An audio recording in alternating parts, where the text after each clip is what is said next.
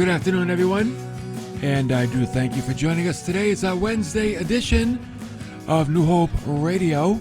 So glad to have you come on board with us today. If you're listening on 92.7, the FM dial, 1590 AM WARV, NewHopeCC.tv. We're there on YouTube also. Take a look at our semi-luxurious studio here at New Hope Radio. Also on Wednesday, we want to remind you, midweek service tonight. Love midweek service here at New Hope. Oh yeah, it's just so relaxed and informal. Tonight we're going to take a look at the family of Jesus. Who was the family of Jesus? And who is the family of Jesus? That's what we're going to see tonight right here at New Hope. And I want to remind you, you can be part of the program. You can call us, you can text us, share a testimony, ask a question. 508-496-9368. Not a bad number. 508-496-9368. Be part of the program today. I'll tell you what, I got a topic today. I got a good topic today. I think many of us can relate to this topic. Many parents, even non-Christian parents, whether you're Christian or non-Christian, you know the heartbreak of having a prodigal child. What is a prodigal child? A child that is exceedingly or recklessly wasteful. Now, they can be young, they can be an adult, can be a young adult. They're extremely generous, but it's an unwanted generosity. You know, like splurging, buying everybody everything. Drinks are on me. Tickets are on me. Everything's on me. It's an unwarranted generosity. A prodigal child is a person who wastes his means. He wastes his time and abilities. And the pain really sets in when someone that you love is found wasting not even so much their money or their resources, but their life. They're wasting their life. And I pray that today's message can do one of two things for us. Number one, train us to raise children that won't be prodigal. And number two, maybe turn ourselves around if we are living a prodigal life, a wasteful life. Now, to help us with this, Jesus told a story popularly known as the prodigal son. I really see the story as a loving father. And by the way, Jesus didn't name the story, man did. So I can call it whatever I want to, right? So I'm going to call it the loving father, because he's really the hero of the story. And we find the story in Luke chapter 15 and verse 11. And Jesus said a man had two sons. The younger of them said to his father, "Father, give me the share of the estate that falls to me." You know, back in the first century, it was actually permissible, even legal, for a child to request their inheritance prematurely, before the death of the father, even though the father suspected the child would squander the wealth. The spirit of the law, why they allowed this, was to provide for the child in case of ill treatment by the father. You know, if there was a bad father in the family, the child could get his inheritance prematurely, earlier. So the father gave in to the son's request, even though we know he was a good father. And the Bible says that he divided his wealth between the two sons. The father did not refuse his son's request. Perhaps the father was able to do something that even many parents have a hard time doing today. He knew if the son was ever going to learn, here it comes, he must learn the hard way. We hate to see that, don't we? Parents don't like to see their children learn the hard way, but man, those are the best lessons. So maybe he knew in his heart, this is a bad idea, but I'm going to grant his request. Maybe it'll teach him something. You know, as parents, we hate to see our children suffer. We want to see our kids happy all the time, never a rainy day, right? So we hate to see that. And sometimes because parents don't want to see their children suffer, or because they want them to be happy all the time, they become enablers. And they consistently bail them out of situations. But the kids never learn the life lessons that they should. So parents need to check themselves. Am I enabling my child's bad behavior? Do I bail them out so often that they never learn from their mistakes? And they just repeat them over and over and over again. That's not good parenting. Okay? So the father granted the request. Not many days later, the younger son packed up his stuff, got his bag together, cell phone, laptop, everything he needed, video games, and he went on a journey into a distant country. He went far away. When I see that he went to a distant country, that tells me he avoided the place of conviction. He went to a place where the rules were different. He went to a place where he could do whatever he wanted to do. And what did he do? He squandered his estate with loose living. He didn't value what he had. He thought like the well would never run dry. So he squandered it. He lived loosely, taking no thought for tomorrow, not realizing there are consequences to his decisions. So he hurried up and he got out of there. Maybe he thought his father would change his mind, like, I got to hurry up and get out of here. He had a plan. You know what his plan was? I'm splitting this clam bake. I'm getting out of here. I'm going to a place where there's no rules. I hate these rules around here.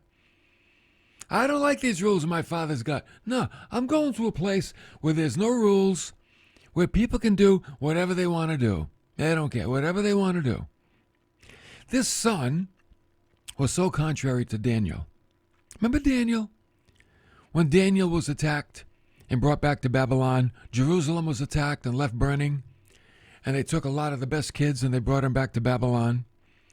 And when he was taken to a distant country, Babylon, you know what the Bible says about Daniel? That he purposed in his heart not to defile himself with the king's meat. In other words, he made up his mind, when I get to this foreign country, I'm going to maintain my own convictions.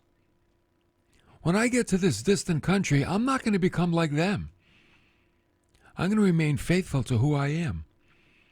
I'm going to remain true to my God and to my upbringing.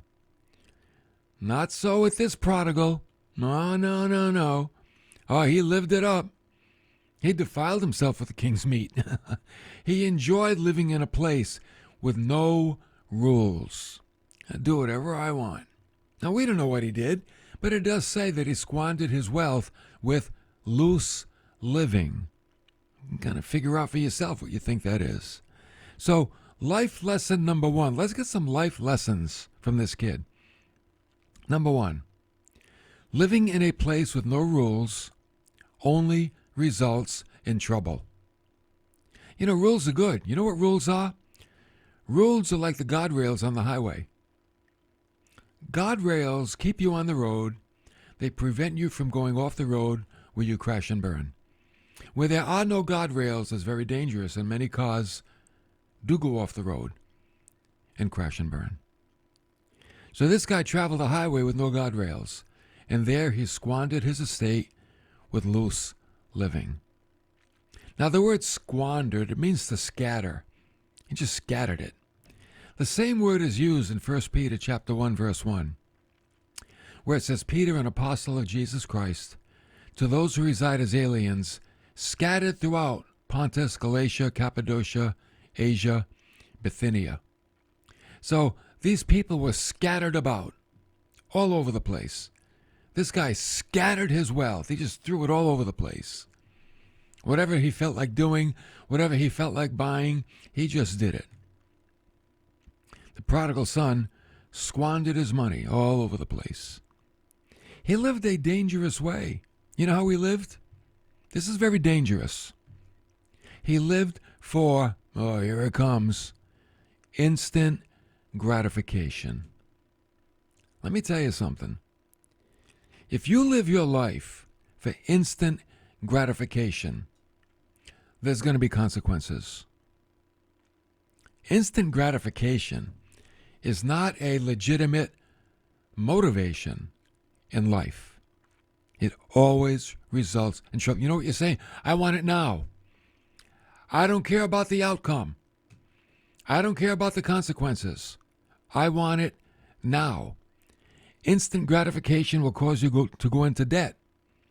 It'll cause you to gain weight. It'll cause you to maybe lose friends because you want what you want now. Instant gratification, never, with a capital never, considers the consequences. Again, having a baby out of bedlock. Wedlock. Did I say bedlock? A baby out of wedlock. Drunk driving accident. Poor health, obesity, financial troubles, drug addictions, any addictions. Instant gratifications are always bring consequences. That's how this kid lived, and we're going to see what those consequences were. Life lesson number 2. The I want it now syndrome pays terrible dividends. In verse 14, the consequences of violating life lesson number 2, when he had spent everything, a severe famine occurred in that country, and he began to be impoverished. Divine timing? What do you think? He spent everything, and then a severe famine came. See, if the famine came while he had his wealth, he would have been the hero. I'll buy everybody lunch, don't worry about it. But the famine came after he had no money. He was nobody's hero. See, if a prodigal child belongs to you and he or she is saved, here's the good news. They also belong to God. And God will work in their life. Oh, yeah. God will work, and God will work to bring them back. So this kid, he's going to try to handle the outcome of his decisions his own way. And we're going to see that didn't work out too well. In verse 15, he got a job, and he went and he hired himself out to one of the citizens of that distant country. And you know what the guy did, the boss? He sent him into the fields to feed the pigs. I got a job for you. See those pigs out there in that mud hole? Yeah, go feed them. What? That's it, man. You want a job? That's all I got. So he went out into the pig pen, and he fed the pigs. And he's looking at the pigs, and they're eating. They're snorting and eating, and they're acting like pigs. They're not sharing. Pigs don't share. That's why they're called pigs. And he's thinking, man, wait a minute, man. These pigs are getting lunch and I got nothing. And in verse 16 it says, he would have gladly filled his stomach with the pods that the pigs were eating. I love this part. But no one was giving him any. I'm like, he's like, I would have loved to have eaten even what the pigs are eating, but no one's giving me any. These pigs aren't sharing their food with me. I'm like, okay, what's going on here? Here's what happened. When the money ran out, so did his friends. See, that's what happens. If you have friends that you had to buy, when you stop paying for them, they're gone. Friendship can't be bought. Friendship must be cultivated. It must be grown. But it can't be bought. A friendship is not like a store, it's like a garden. You can't buy a friend, but you can grow a friend. What do you do in a garden? You plant seeds and you cultivate. You water, you pull weeds, and you enjoy the fruit. That's friendship. You have to cultivate a friendship. You have to work at it. Friendships don't just happen. You have to work at those friendships. This guy tried to buy his friends. It didn't work out because they all left him. So then he took a job contrary to his own personal convictions, feeding pigs. That was the lowliest of jobs, and also it was a violation of Jewish law because hot dogs were against the Jewish diet. Pork sausages were against the Jewish diet. Chorizo was against the Jewish diet. So life lesson number 3. When you live in a distant country, your convictions weaken, and you do things in that country that you would not normally do back home. Wow.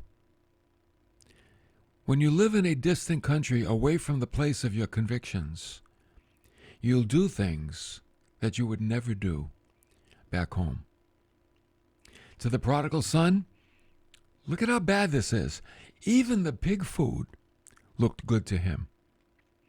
But the pigs wouldn't share. That's why they're called pigs. Pigs don't share.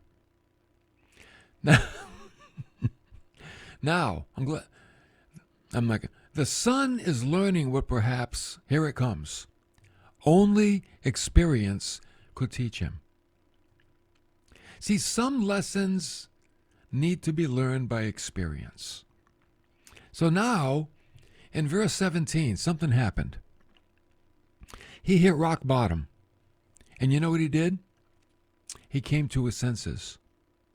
And it says, when he came to his senses, he said, "Oh, how many of my father's hired men have more than enough bread? I'm dying here with hunger."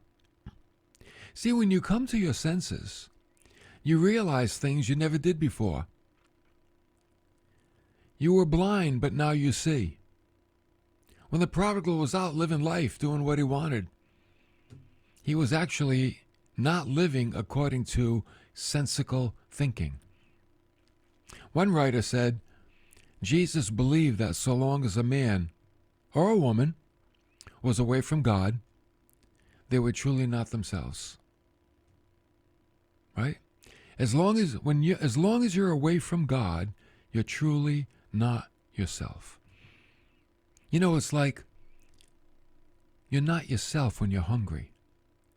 So what do you need? You need a Snickers.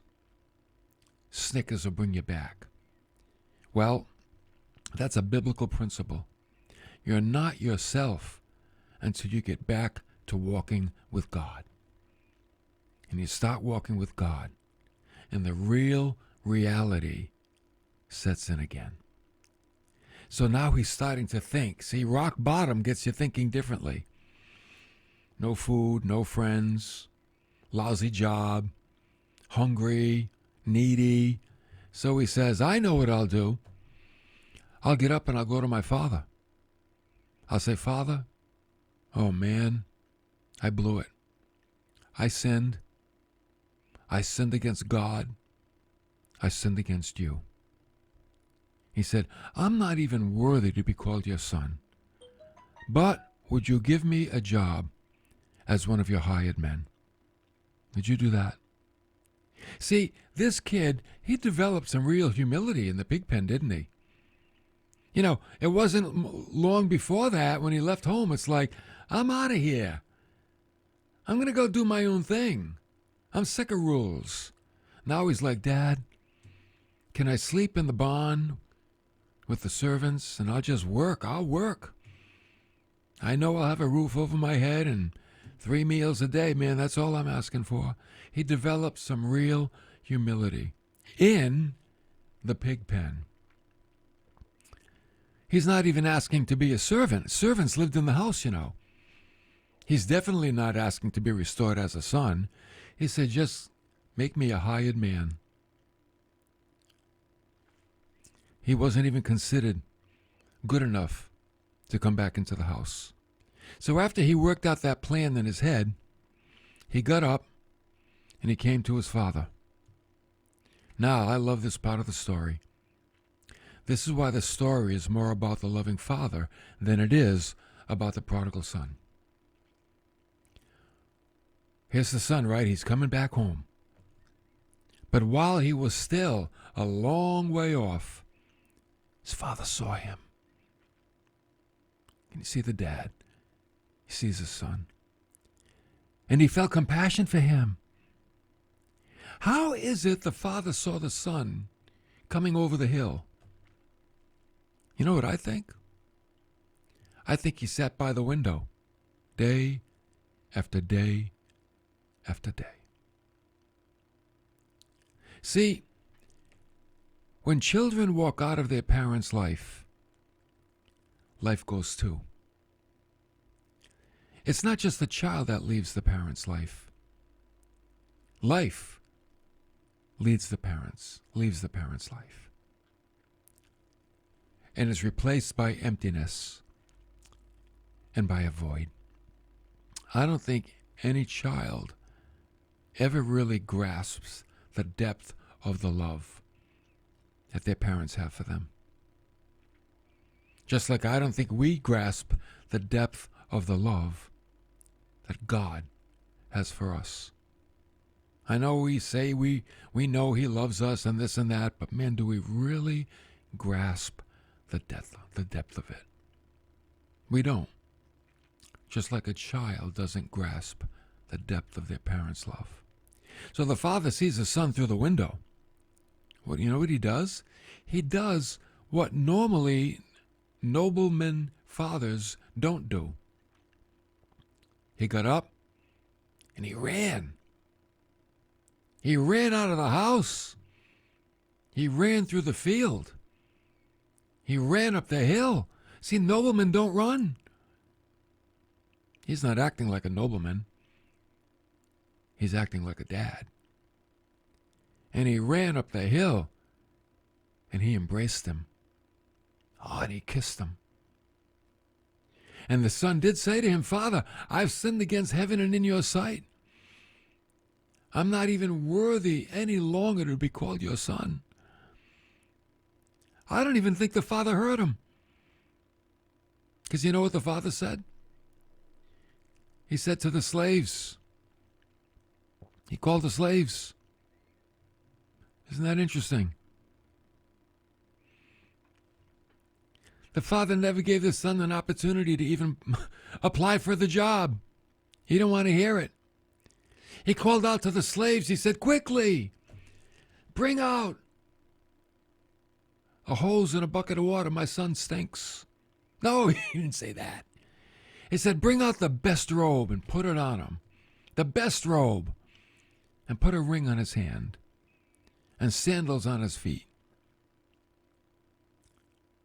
See, he was stripped down to nothing. And he said, bring the fattened calf, the one we've been saving for a special occasion, and prepare it, and let us eat and celebrate. Oh, for this son of mine, you see, he was dead. See, he wasn't dead, but he was dead to the dad. Because when he walked out of his life, the father died. He was dead. Oh, but he's come to life again. Oh, he was lost. Now he's been found. And they began to celebrate. They celebrated. It was a celebration. It's an incredible story. Let's wrap up this beautiful story with some wisdom for the prodigal and for the parent. For the prodigal, if you want to get into trouble, live your life with no rules, with no structure, with no purpose, with no godly friends. For the parents, if you do have a prodigal child, let them go. But never stop loving them, and wait patiently for their return. And when they return, forgive them. And then celebrate. They don't need to hear, I told you so. You should have listened to me. No, forgive them and celebrate. You know why? This is what God does when we return to Him. You know what we do? We act as God does. We get away from God. We fall away. We find ourselves in the pig pen of life. We come to our senses. We come back to God. And you know what God says? Welcome back. Welcome back. I've been waiting for you. So good to see you. That's what parents do. Our prodigal children. The same thing. They learn their lessons. You hope they did. That they learned their lesson. But we've got to be careful as parents that we do not enable them. You cannot enable your children. They have to learn the lessons, and it hurts the parents. It does, I know. It hurts you to see your kids learn life lessons the hard way. But you know what? They'll never learn. If you bail them out every time, they'll never get right. And you're not doing anybody any favors. Oh, go to Luke 15. Just read that beautiful story. Jesus is talking about his Father. That's the intention of the story. He said, listen, people fall away. If you ever fall away, my Father loves you, forgives you. He will receive you back. Don't you worry. You come back. Here it is. Always come back to God. Always. Never let your failure or your falling away give you an excuse not to come back to God. There's enough grace, there's enough love, there's enough forgiveness to cover all of your sins, all of your failures. Always come back to God. Thanks for tuning in today. I hope this was encouraging. Encourage me. I needed to hear it. So thank you, and hey, I'll see you tonight right here at New Hope. Have a great day.